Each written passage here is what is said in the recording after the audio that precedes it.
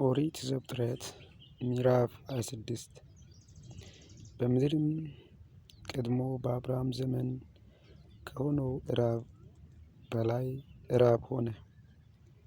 ይስሐቅም ወደ ፍልስጥኤም ንጉሥ ወደ አቤሜሌክ ወደ ጌራራ ሄደ። እግዚአብሔር ተገለጠለት እንዲህም አለው፣ ወደ ግብፅ አትውረድ፣ እኔ በምልህ ምድር ተቀመጥ እንጂ።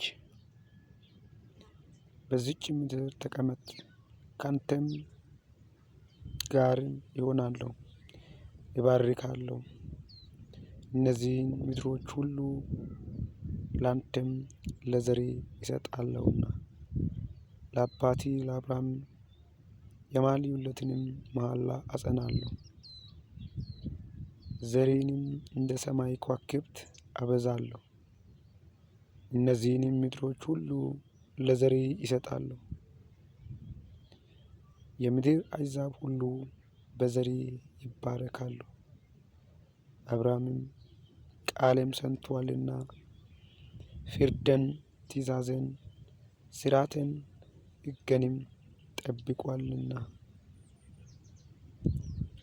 ይስሐቅም በጌራራ ተቀመጠ። የዚያን ስፍራ ሰዎች ስለ ሚስቱ ጠየቁት፣ እርሱም እኅቴ ናት አለ። የዚህ ስፍራ ሰዎች ለርብቃ ሲሉ እንዳይገድሉኝ ብሎ ሚስቱ ናት ማለትን ፈርቶአልና፣ እርስዋ ውብ ነበረችና። በዚያም ብዙ ቀን ከተቀመጠ በኋላ የፍልስጥኤም ንጉሥ አቤሜሌክ በመስኮት ሆኖ ጎበኘ። ይስሐቅም ሚስቱን ርብቃን ሲዳራት አየ። አቤሜሌክም ይስሐቅን ጠራ፣ እንዲህም አለው፣ እነሆ ሚስትህ ናት፣ እንዴትስ እርስዋን እኅቴ ናት አለ። ይስሐቅም በእርስዋ ምክንያት እንዳልሞት ብዬ ነው አለው። አቤሜሌክም አለ፣ ይህ ያደረግህብኝ ምንድር ነው? ከሕዝብ አንዱ ከሚስትህ ጋር ሊተኛ ጥቂት በቀረው ነበር፣ ኃጢአትንም ልታመጣብን ነበር። አቤሜሌክም ሕዝቡን ሁሉ ይህን ሰው ሚስቱንም የሚነካ ሞትን ይሙት ብሎ አዘዘ። ይስሐቅም በዛች ምድር ዘርን ዘራ፣ በዛች ዓመት 100 እጥፍ አገኘ። እግዚአብሔርም ባረከው፣ ባለጠጋ ሰውም ሆነ። እጅግ እስኪበለጥግ ድረስ እየጨመረ ይበዛ ነበር። የበግና የላም የከብትም ሎሌዎችንም እጅግ በዙለት። የፍልስጥኤም ሰዎች ቀኑበት። በአባቱ በአብርሃም ዘመን የአባቱ ሎሌዎች የማሱአቸውን ጉድጓዶች ሁሉ የፍልስጥኤም ሰዎች ደፈኗቸው፣ አፈርንም ሞሉባቸው። አቤሜሌክም ይስሐቅን ከእኛ ተለይተህ ሂድ፣ ከእኛ ይልቅ እጅግ በርትተሃልና አለው።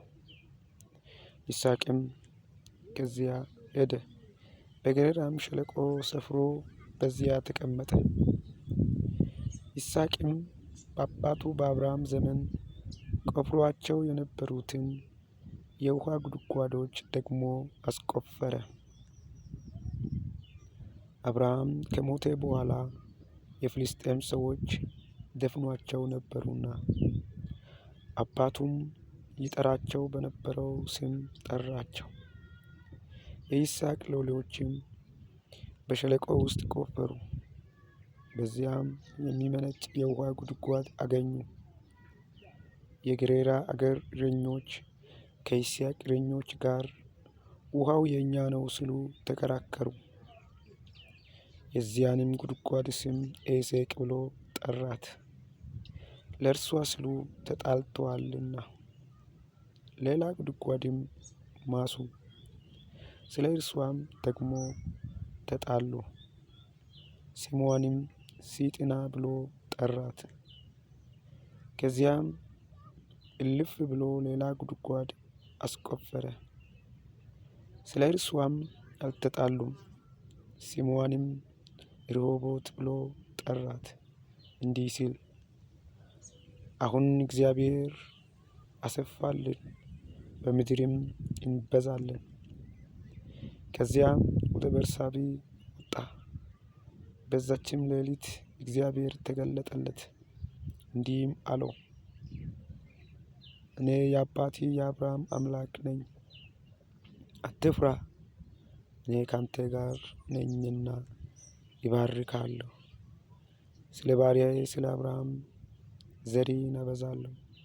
በዚያም መሠዊያን ሠራ፣ የእግዚአብሔርንም ስም ጠራ። በዚያም ድንኳኑን ተከለ። የይስሐቅም ሎሌዎች በዚያ ጉድጓድ ማሱ። አቤሜሌክና የሙሽራው ወዳጅ አኮዜት፣ የሰራዊቱም አለቃ ፊኮል ከጌራራ ወደ እርሱ ሄዱ። ይስሐቅም ለምን ወደ እኔ መጣችሁ?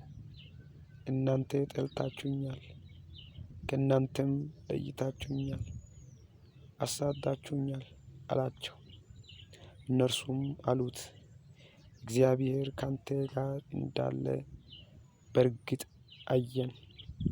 ስለዚህም በእኛና በአንተ መካከል መሐላ ይሁን፣ እኛ አንተን እንዳልነካንህ በጎነትንም ብቻ እንዳሳየንህ በደኅናም እንደሰደድንህ አንተም ክፉ እንዳትሠራብን ቃል ኪዳን ካንተ ጋር እናድርግ አልን።